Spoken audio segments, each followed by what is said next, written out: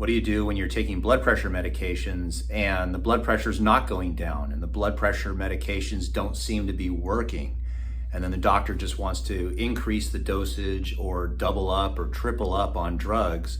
But no matter how many blood pressure medications you take, it just doesn't seem to work. It's not doing the job of getting it down below 120/80. In this video, we're going to cover some things that might be very controversial, but listen closely, go through all the 3 different things that I'm going to talk about and see if this maybe relates to you and can help you get your blood pressure down to at least close to some normal levels, and maybe even reduce the amount of blood pressure medications that you're taking. Now, the first thing is, it's very frustrating, and I totally get it. When you're going to the doctor, you're taking the medications, it's not working, and then the doctor looks at you like you're an idiot or you're doing something wrong, or they're very negative and saying, well, maybe you're not taking the blood pressure medications enough, or blaming you for this problem. And so then they just give you another medication. This happens to a lot of people, and it's very frustrating. Just know that it is very possible to lower your blood pressure. You have to realize that your blood pressure can change. Just like if I were to go out on the street, grab a person and say, hey, how would you like to get stronger? And they said, oh, that's impossible. I can't get stronger. I've tried, it doesn't work. And we said, no, we're gonna put you in a gym. We're gonna have you work out 6 days a week. And in 1 year, we're gonna see if you're stronger. You would think, well, that's easy, at least on paper, right? But the most important part is not the workout. The most important part is the person has to realize in their brain that it is possible to get stronger. And one of the weird things that I've noticed is, either when I'm doing these videos or just with dealing with patients, is a lot of times you have to deal with the problems between the ears before you deal with the actual physical problems. And when a patient doesn't think it'll work, they're not even going to give it the time of day. In fact, a lot of times on videos like this, where I'm going to give you 3 things to do, okay, 3 very powerful things to do. The actual things are not the important part. The most important is that you believe that in time, if you do the right things, your body can change. And it can. But you have to, you have to buy into the idea that you have to work at it and you have to do certain things. Because if what you're doing right now is not working, then you have to do something to change it. Otherwise, they're just going to throw more drugs at you. And then you end up having more side effects. So let's discuss the first thing, and that is white coat syndrome, or any type of anxiety or any type of stress that you're feeling. Now, what is white coat syndrome? White coat syndrome is a situation where your blood pressure is normal. You go into a doctor's office and you're stressed out, you're nervous, you don't like going to the doctor. They don't necessarily have to be wearing a white coat. It's called white coat syndrome because traditionally, in years past, 30, 40 years ago, doctors used to wear white coats. And you go into the doctor's office, and because you're nervous and you're scared and you don't know what to expect, your blood pressure goes up temporarily, just at the doctor's office. You go back home and the stress is down, the blood pressure goes back to normal. Now, there are some other things that can occur in a doctor's office that can raise your blood pressure besides you just being nervous or having white coat syndrome. And that is that sometimes some of these nurses are putting the blood pressure cuff on your arm. They're doing an automatic blood pressure machine. They're asking you questions. They're talking to you while you're checking your blood pressure. Your feet are dangling. You have to go to the bathroom. And it's a very high stressed environment. And so there's a lot of technical errors that occur that would raise your blood pressure. The blood pressure should be a resting blood pressure. And what that means is you're supposed to be relaxed. You're supposed to have at least 5 minutes to just relax. You're supposed to be sitting down with your back back supported. You're not supposed to be on an exam table. Your feet are supposed to be on the ground.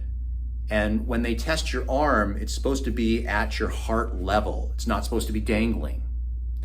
And so these technical errors that can occur can raise your blood pressure. One of the most common, because most nurses are using automatic blood pressure machines, not the old-fashioned blood pressure machines. Some of these blood pressure machines pump up too tight. They can also use the wrong size cuff, and that can cause pain, anxiety, and the blood pressure goes up. So ultimately what it boils down to is, if you go to the doctor and your blood pressure is always high, despite the fact that you're taking 2 or 3 blood pressure medications, ask your doctor. Don't ask the nurse per se, don't ask the staff, don't ask the assistant, ask the doctor, is it possible that I can have white coat syndrome? Or is it possible that some of the technical errors that are occurring when the blood pressure are being taken, that can contribute to an artificial number that's simply too high? These are a possibility. So what's the solution? What do we do with white coat syndrome? How do we deal with this? Number one, the easiest thing to do would be to do deep breathing exercises. And this will help calm your nervous system down. It'll stimulate the parasympathetic nervous system. If you do breathing correctly, which is I'm going to show you in just a moment, you can actually stimulate nitric oxide production in your body, which relaxes and dilates the blood vessels so that you're in a more relaxed state, which is exactly the blood pressure number that you want to see. Now, some people will argue that this is just faking it, and this is not your true blood pressure. Well, then okay, just keep having high blood pressure and taking the blood pressure medications. Your doctor's going to be happy. The pharmaceutical companies will certainly be happy. But when you read the research on blood pressure and how blood pressure is supposed to be taken, you're supposed to be relaxed. So it's not faking the test if you are relaxing and doing the blood pressure properly. Some people need to breathe calmly and slowly in order to get into that more relaxed state. So here's how you do it. And you need about 5 minutes to do it before your blood pressure is taken. And you can do this anytime during the day that you feel stressed, anytime you feel anxious. If you have an anxiety disorder, you have depression, or you're just having a rough day, you could do this deep breathing and it works wonders. But you need to do it correctly. You're going to breathe deep, you're going to breathe slow, and then mentally you just let it go. You're going to breathe in through the nose, out through the mouth. Whether you do belly breathing or chest breathing, totally up to you. I find that if you take the deepest breath possible, you're going to be using your belly and your chest at the same time. So it's just in through the nose, as deep as you can, and let the air out as if you were letting the air out of a balloon. Do it slowly.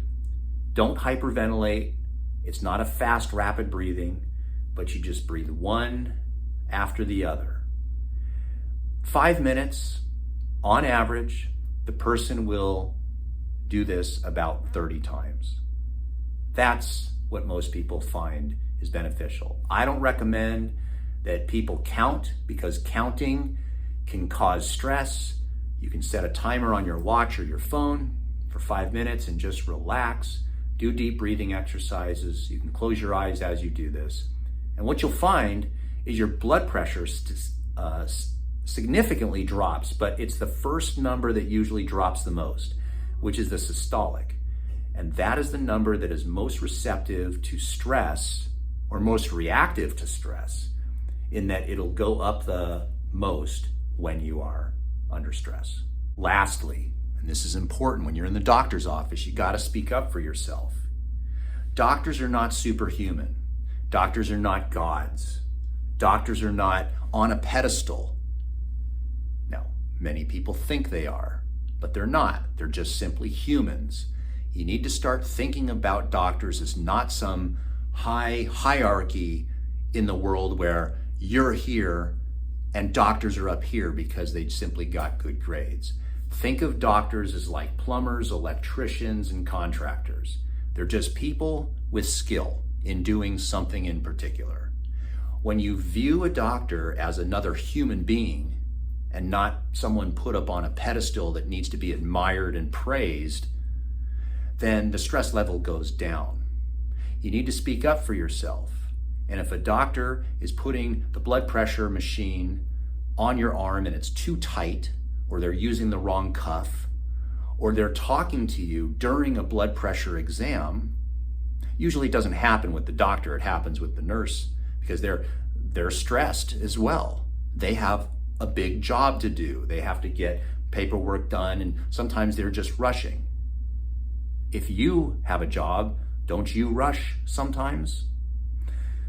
But you need to speak up, because when it comes to taking drugs for the rest of your life, you need to open your mouth and say, hey, you're taking my blood pressure and you're asking me stressful questions at the same time. Let me have 5 minutes, then we'll check the blood pressure, then you can ask me all the questions that you have. Or you can say, hey, let me go to the bathroom first, or any number of things. There's a number of things that can go wrong. And I have videos, I'll put a video at the end right here about mistakes that are made in taking blood pressure, and you could view that and then just make a checklist and go to your doctor with that checklist. If they made, 7 out of 11 mistakes, then you need to call them on it. They're human. Keep that in mind. The second thing that we can do is start to eat more potassium-rich foods. Potassium in particular, with other minerals like magnesium and calcium and various things that come in natural foods.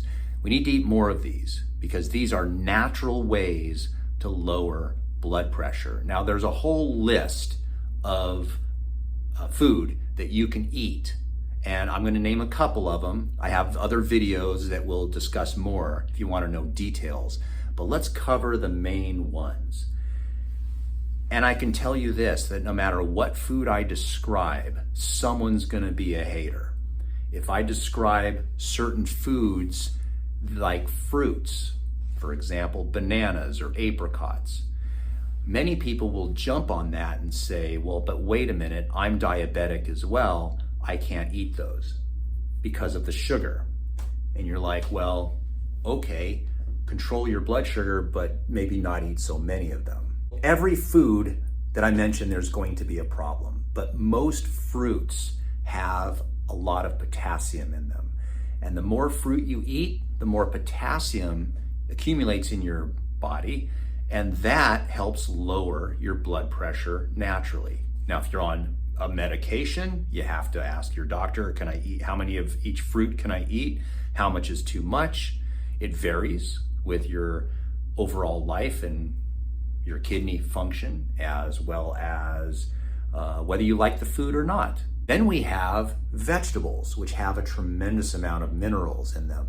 We should all be eating more vegetables, leafy green vegetables, broccoli, kale, spinach, things like that. But as soon as the words come out of my mouth, people will always say, but wait a minute, those have oxalates. And oxalates, for certain people that develop kidney stones, it's your goal to try to reduce the amount of oxalates in your diet so that you don't produce kidney stones. But most people are not producing kidney stones. For most people, leafy vegetables, green vegetables are actually healthy for the kidneys. If you have kidney disease, maybe they're not so healthy. But if you're free from kidney disease, then you can eat these foods, and the increased potassium will lower your blood pressure. Now, the concern here is if you're taking blood pressure medications and they're not working, then what do you have to lose by trying to eat fruits and vegetables? Very few people have problems with fruits and vegetables.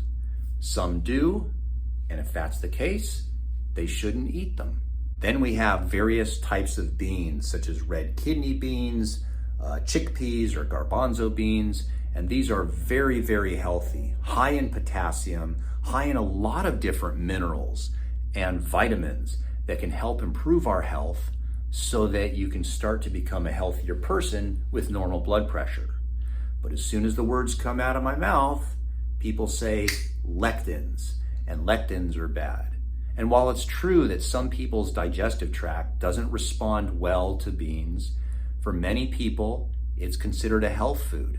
And like I said, if you're already on 3 different medications for your high blood pressure, what do you have to lose by improving your diet and eating more potassium-rich foods? So assuming that fruits and vegetables are not going to work for you, then it omits everything I said.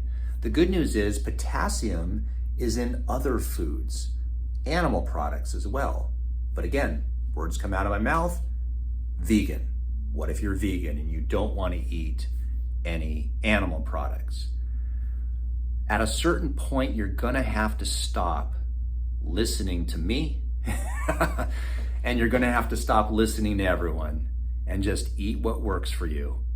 But if you don't eat animal products and you don't eat vegetables and you don't eat fruits, you're going to have a hard time eating foods that are high in potassium, which naturally lower your blood pressure. And unless you're on dialysis with stage 3 kidney disease and failure, for most people, eating a healthy diet of the things I just mentioned can significantly lower their blood pressure. The third and final thing that we can do to naturally lower our blood pressure, even if you're on medications, is to start working out. There are different types of workouts, and I've said this many times on my channel, but if you're going to pick one, assuming that a person is significantly out of shape, I mean, way out of shape, and high blood pressure, diabetes, kidney disease, blah, blah, blah, blah, blah, blah, blah. You got a million diseases.